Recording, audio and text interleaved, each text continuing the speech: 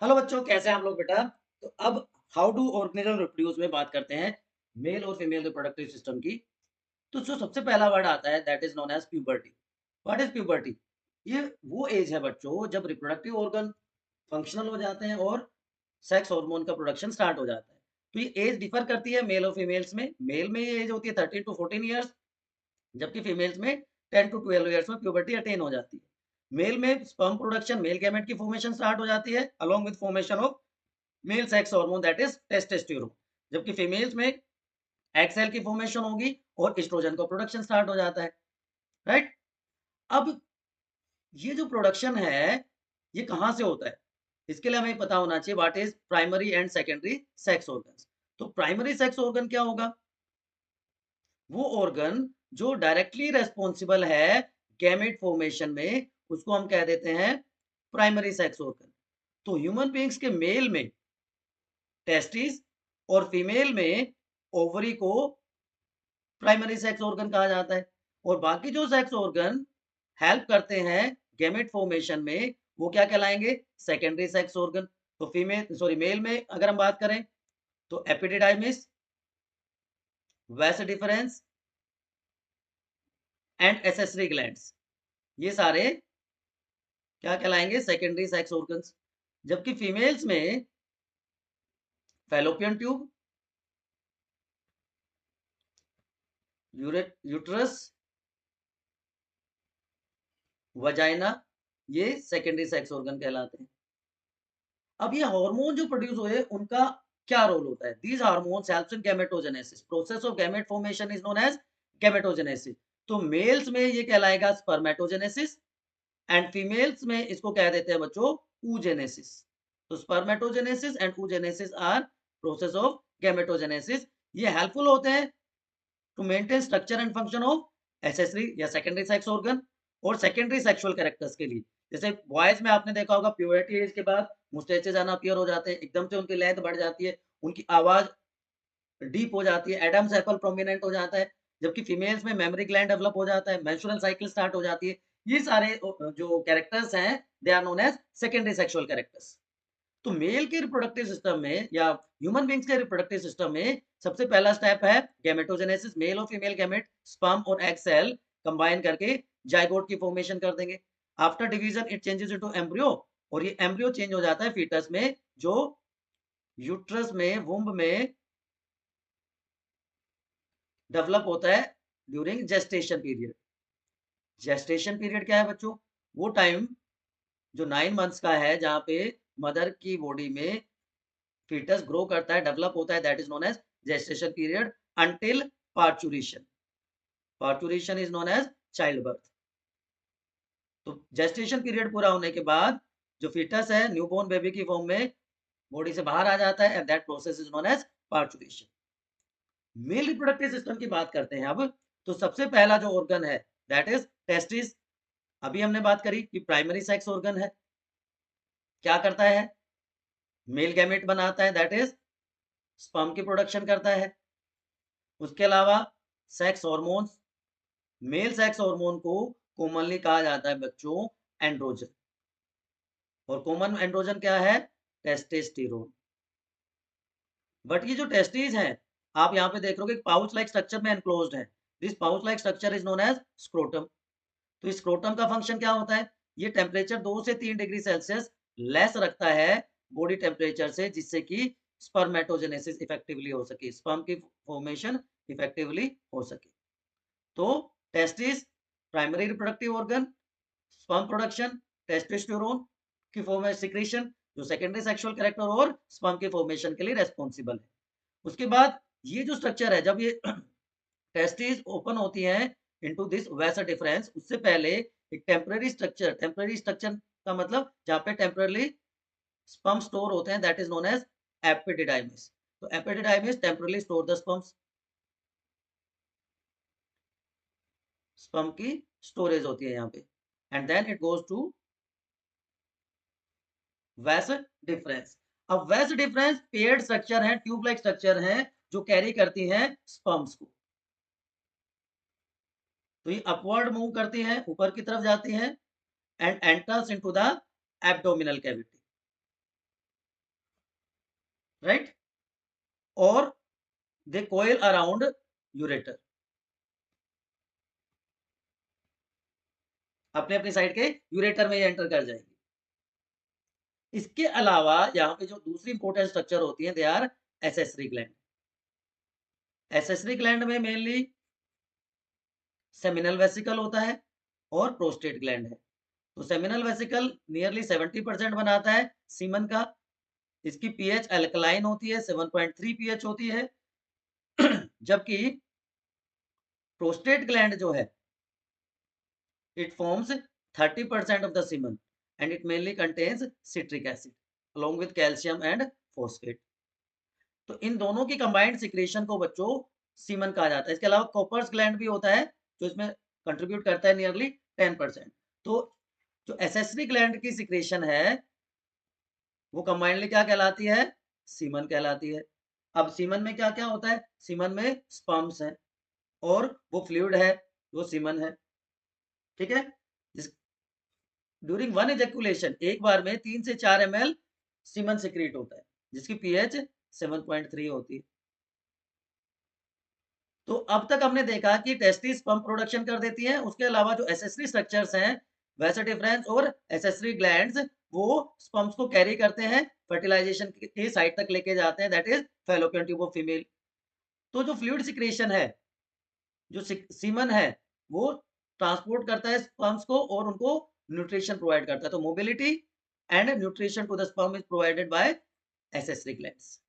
ठीक है, तो यहां से टेस्टिस से स्पर्म प्रोड्यूस हुए, एपिडिडाइमिस, वैसा डिफरेंस, उसके बाद ureter of it side and they open into the urinary bladder. क्योंकि ह्यूमन मेल्स में सीमन और यूरिन के लिए कॉमन पैसेज होता है and that passage is urethra, जहां पे male ejaculatory organ penis is present.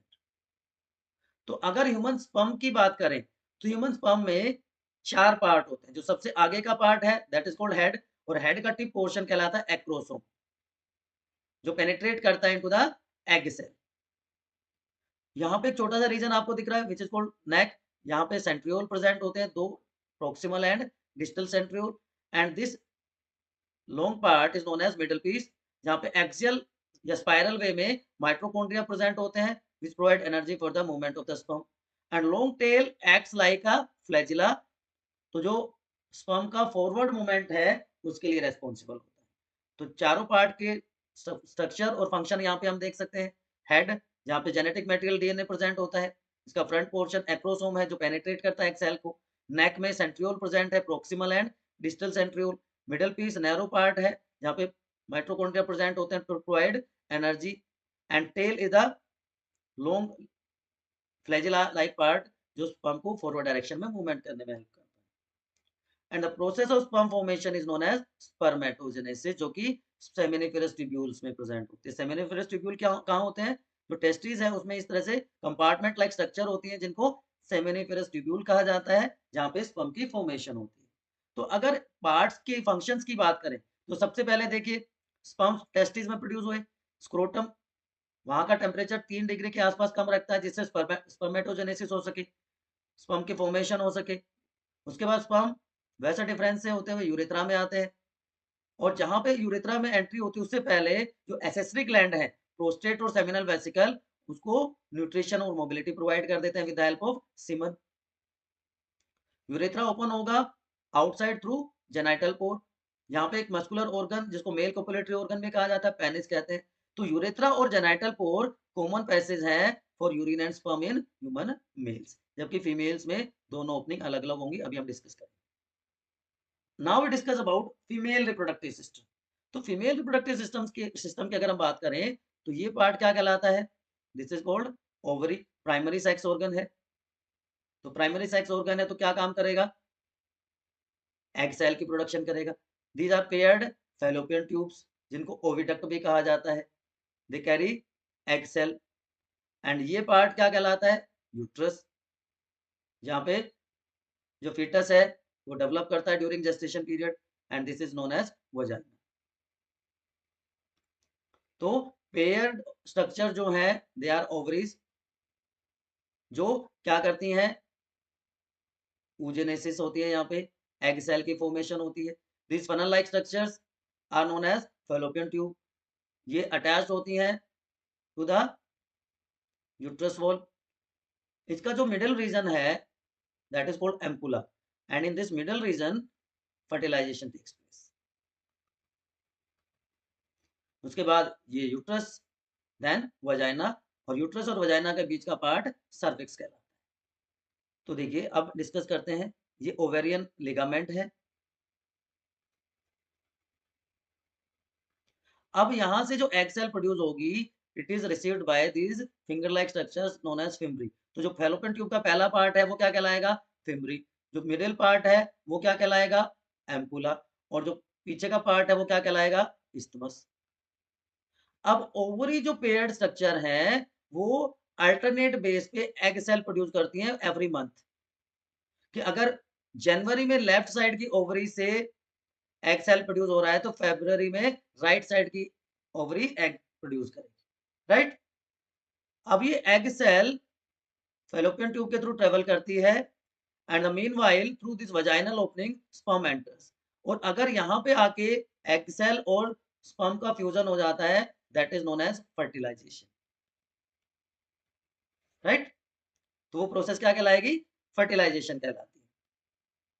तो यहाँ पे फर्टिलाइजेशन होता है एम्पुलर रीजन में। उसके बाद इसमें डिवीजन स्टार्ट हो जाएगा, जायगोट बन जाएगा। जायगोट से 4 cell stage, 8 cell stage, 16 cell stage, और उसके बाद ये अपने आप को यहाँ पे यूट्रस की वॉल के साथ अटैच कर लेगा। अब यूट्रस की वॉल 3 लेयर्ड होती है, 3 लेयर्स यहाँ पे हम बना देते हैं। लेकिन आपको इंपॉर्टेंटली क्या याद रखना है? एंडोमेट्रियल वॉल याद रखना है।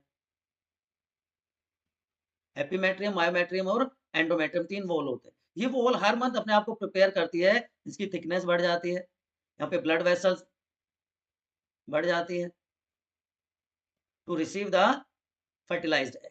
और फर्टिलाइज्ड एग अगर यहाँ पे आता है तो अपने आप को इस यूट्रस के वॉल के साथ अटैच कर लेता है, and that process is known as implantation. ठीक है ना बच्चों? इम्प्लांटेशन अगर सक्सेसफुल हो गया तो उसके बाद जेस्टेशन पीरियड कंप्लीट होने तक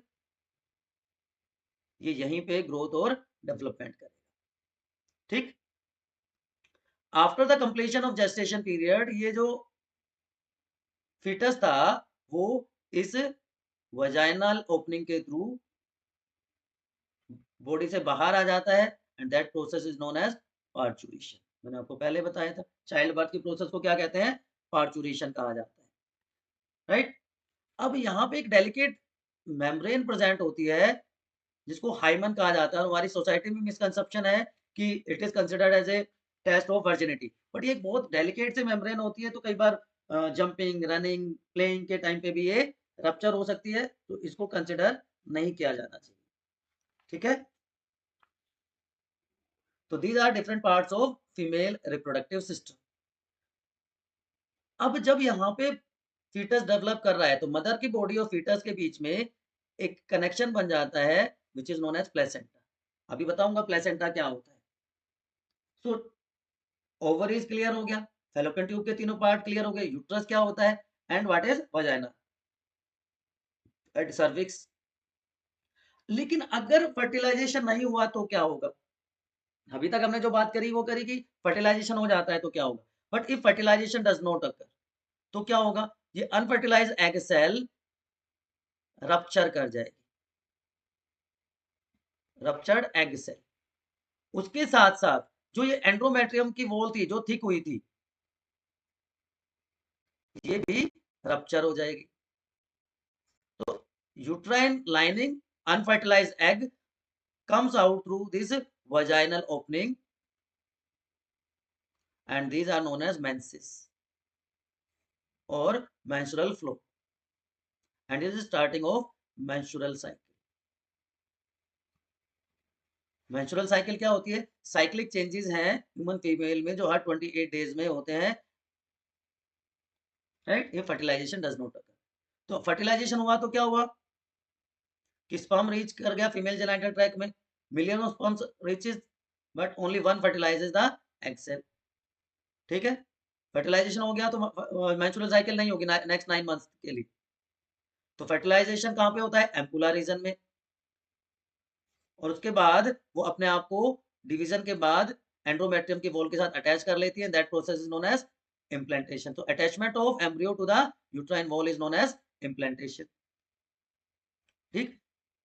अब अगर फर्टिलाइजेशन नहीं हुआ तो क्या होगा? तो ये मेंस्ट्रुअल साइकिल हो जाएगी कि ruptured egg cell, ruptured lining of uterine wall comes out through vaginal opening. It is starting of menstrual cycle का जो फर्स्ट फेज होता है वो स्टार्ट हो जाता है। जो ओवुलेशन होता है it occurs on 14th day of menstrual cycle. जो एग सेल रिलीज होती है वो 14th डे पे होती है। और उसके बाद दोबारा से यूट्रस अपने आप को प्रिपेयर करता है to receive the fertilised egg. तो वो क्या कहलाता है? Preparation of uterus. अब बात आती है वो कनेक्शन जिसकी मैं बात कर रहा था, that is known as placenta. एक ट्यूब लाइक कनेक्शन है बिटवीन किस किस के बीच में? fetus and mother. और वो ट्यूब क्या कहलाएगी? Umbilical cord. तो ये प्लेसेंटा बहुत इंपॉर्टेंट कनेक्शन है। क्यों? क्योंकि ये क्या करता है? यूट्रस वॉल और उसके बीच में जो कनेक्शन है वो क्या करता है? It provide nutrition to the developing embryo. Respiratory gases का एक्सचेंज इसके हेल्प से होता है। वेस्ट का रिमूवल इसके हेल्प से होता है। और जो फीटस की डेवलपमेंट है जेस्टेशन पीरियड में 9 मंथ्स में वो यही होती है। और उसके बाद भी जब यूट्रस की वॉल का रिदमिक कॉन्ट्रैक्शन होता है after completion of gestation period, parturition के टाइम पे, उसमें भी ये हेल्प करता है। तो placenta is very important structure. तो ओवरऑल अगर हम बात करें फीमेल रिप्रोडक्टिव सिस्टम की, तो पेयर्ड ओवरीज हैं, एस्ट्रोजन और प्रोजेस्टेरोन हार्मोन सिक्रीट करती हैं। इसमें एग सेल होती है, प्यूबर्टी के टाइम प्रोड्यूस होना शुरू हो जाती है। And starting of menstrual cycle is known as menarche and stoppage of menstrual cycle is known as menopause. तो प्यूबर्टी पे मिनार्की होती है एंड 40 टू 45 इयर्स में मेंस्ट्रुअल साइकिल स्टॉप हो जाती है फीमेल्स में, that is known as menopause. उसके बाद फैलोपियन ट्यूब से होती हुई जो फर्टिलाइज्ड एग है वो यूट्रस में पहुंचता है और यूट्रस की होल के साथ अपने आप को अटैच कर लेता है। यूट्रस ओपन होता है वजाइना में और उनके बीच का जो कनेक्शन है that is called cervix. Vagina की जो ट्यूबुलर ओपनिंग है that is known as vaginal opening. तो फीमेल्स में मैंने बताया था डिफरेंट ओपनिंग होती है, urethra for urine and for vaginal secretion, vaginal opening. तो two separate openings are present. उसके अलावा सेक्सुअली ट्रांसमिटेड डिजीजेस भी होती हैं ह्यूमन फीमेल्स में या ह्यूमन बींग्स में। एक वायरल डिजीज है आपके सिलेबस में और दो बैक्टीरियल डिजीजेस हैं। Gonorrhoea, it is caused by Neisseria gonorrhoeae and syphilis, it is caused by Treponema pallidum. क्योंकि दोनों बैक्टीरियल डिजीजेस हैं so they are curable. But viral disease AIDS, acquired immunodeficiency syndrome, which is caused by human immunodeficiency virus HIV, it is incurable। तो इसका भी idea होना आपको जरूरी है। कॉमन से सिम्टम्स होते हैं, अगर सिम्टम्स की बात करें तो इसके केस में तो इम्यून सिस्टम वीक हो जाता है। यहाँ पे itching in genital organs, rashes, reddening of genital organs, ये सारे कॉमन सिम्टम्स होते हैं। तो use of antibiotics and proper hygiene maintain करने करके और पॉलीगैमी मतलब मल्टीपल पार्टनर्स अवॉइड करके, यूज ऑफ कॉन्डोम्स, इस तरह के सारे प्रोटेक्टिव मेजर्स लेके बैक्टीरियल सेक्सुअल ट्रांसमिटेड डिजीज को कंट्रोल किया जा सकता है। So this is regarding sexual reproduction in human beings. कोई भी कंफ्यूजन है, कोई भी इफर्ट है, तो आपको वही करना है जो आप हमेशा करते हैं अपने स्टडी डेस्टिनेशन बायोनीति पर कमेंट सेक्शन पूछिए। Keep studying.